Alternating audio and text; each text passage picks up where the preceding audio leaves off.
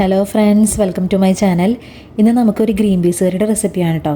ചെറിയൊരു ചാറോട് കൂടി നമുക്ക് ചോറിൻ്റെ കൂടി ആയാലും ചപ്പാത്തിയുടെ കൂടെ പൊറോട്ടയോട് കൂടിയൊക്കെ കഴിക്കാൻ പറ്റുന്ന ഒരു ഗ്രീൻ പീസ് കറിയുടെ റെസിപ്പിയാണ് കേട്ടോ. അപ്പോൾ നമുക്ക് നോക്കാം എങ്ങനെ ഉണ്ടാക്കാമെന്ന്. ഞാനിപ്പോൾ ഇവിടെ 2 കപ്പ് ഗ്രീൻ പീസായിട്ട് എടുത്തേക്കുന്നത്. ഇതിപ്പോൾ ഞാൻ രാവിലെ വെള്ളത്തിലിട്ടതാണ്. ഇപ്പോൾ ഞാൻ ഉണ്ടാക്കുന്നത് വൈകുന്നേരമാണ്. അപ്പോൾ ഒരു 6-7 മണിക്കൂറോളം വെള്ളത്തിൽ കിടന്നിട്ടുണ്ട്. അപ്പോൾ നമ്മൾ രാവിലെ ഉണ്ടാക്കാനാണെങ്കിൽ നമുക്ക് തലേദിവസം രാത്രി വെള്ളത്തിലിട്ട് വയ്ക്കാം. ഇനി നമുക്കിതൊന്നും ഒരു പ്രഷർ കുക്കറിലേക്ക് മാറ്റിയിട്ട് നമുക്കൊന്ന് വേവിച്ചെടുക്കാം.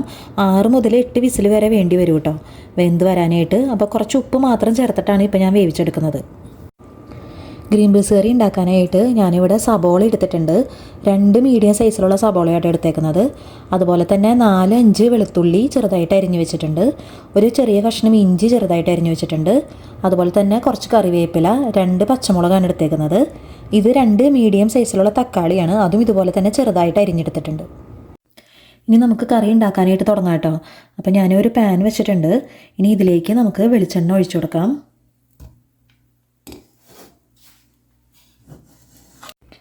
വെളിച്ചെണ്ണ ഒന്ന് ഉരുകി വരുന്ന സമയത്ത് നമുക്കിതിലേക്ക് കുറച്ച് പെരിഞ്ജീരകം ചേർത്ത് കൊടുക്കാം.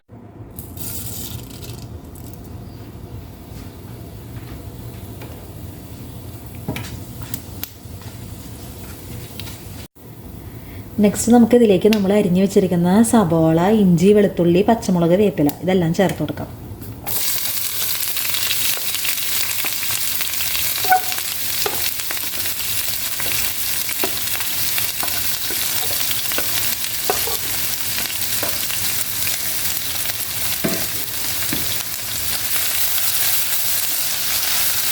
നമുക്ക് ഈ ഉള്ളി വഴന്ന് വരാനുള്ള ആവശ്യത്തിനുള്ള ഉപ്പ് ചേർത്ത് കൊടുക്കാം.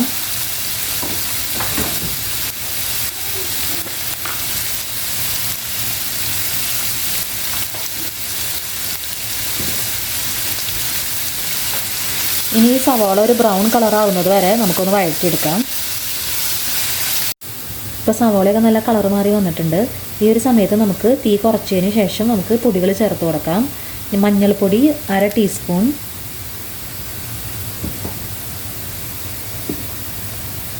ഒന്നര ടീസ്പൂൺ കാശ്മീരി ചില്ലി,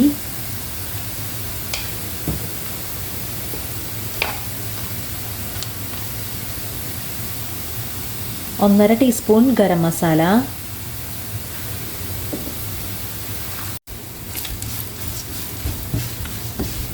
നെക്സ്റ്റ് നമുക്ക് ഇതിലേക്ക് കുറച്ച് മീറ്റ് മസാല ചേർത്ത് കൊടുക്കാം. 1 ടീസ്പൂൺ മീറ്റ് മസാലയാട്ടോ ചേർക്കുന്നത്.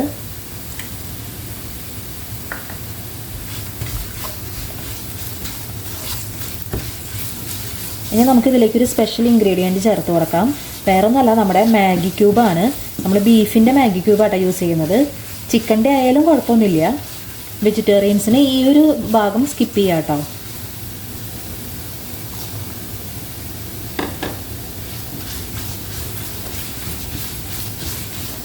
ഇനി നമുക്ക് ലോ ഫ്ലെയിമിൽ തന്നെ ഈ മസാലയൊക്കെ നന്നായിട്ടൊന്ന് മൂപ്പിച്ചെടുക്കാം.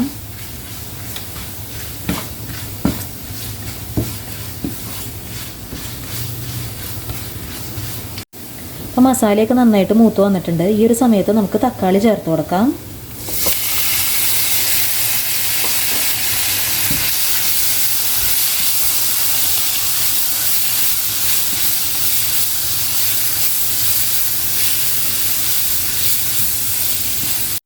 നമുക്ക് ഈ തക്കാളി വേവാൻ ആവശ്യത്തിനുള്ള വെള്ളം ചേർത്ത് കൊടുക്കാം.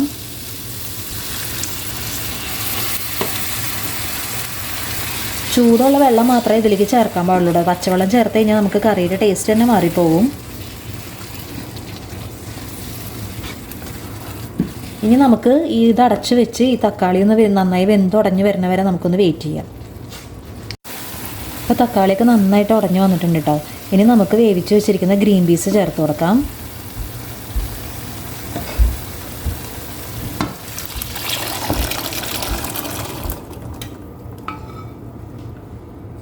നമ്മൾ ഗ്രീൻ പീസ് ചേർക്കുമ്പോൾ ആ വേവിച്ച വെള്ളത്തോട് കൂടിയാട്ടോ ചേർക്കുന്നത്.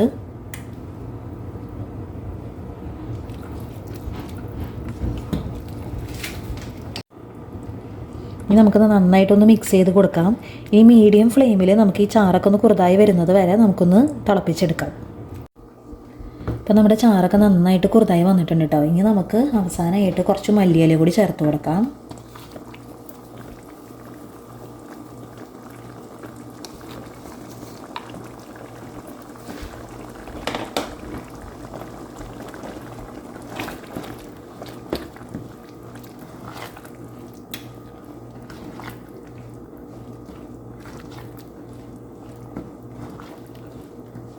അപ്പോൾ നമ്മുടെ കറി ഇവിടെ റെഡി ആയിട്ടുണ്ട് കേട്ടോ. ഇനി നമുക്കൊരു സെർവിങ് ബൗളിലേക്ക് മാറ്റാം.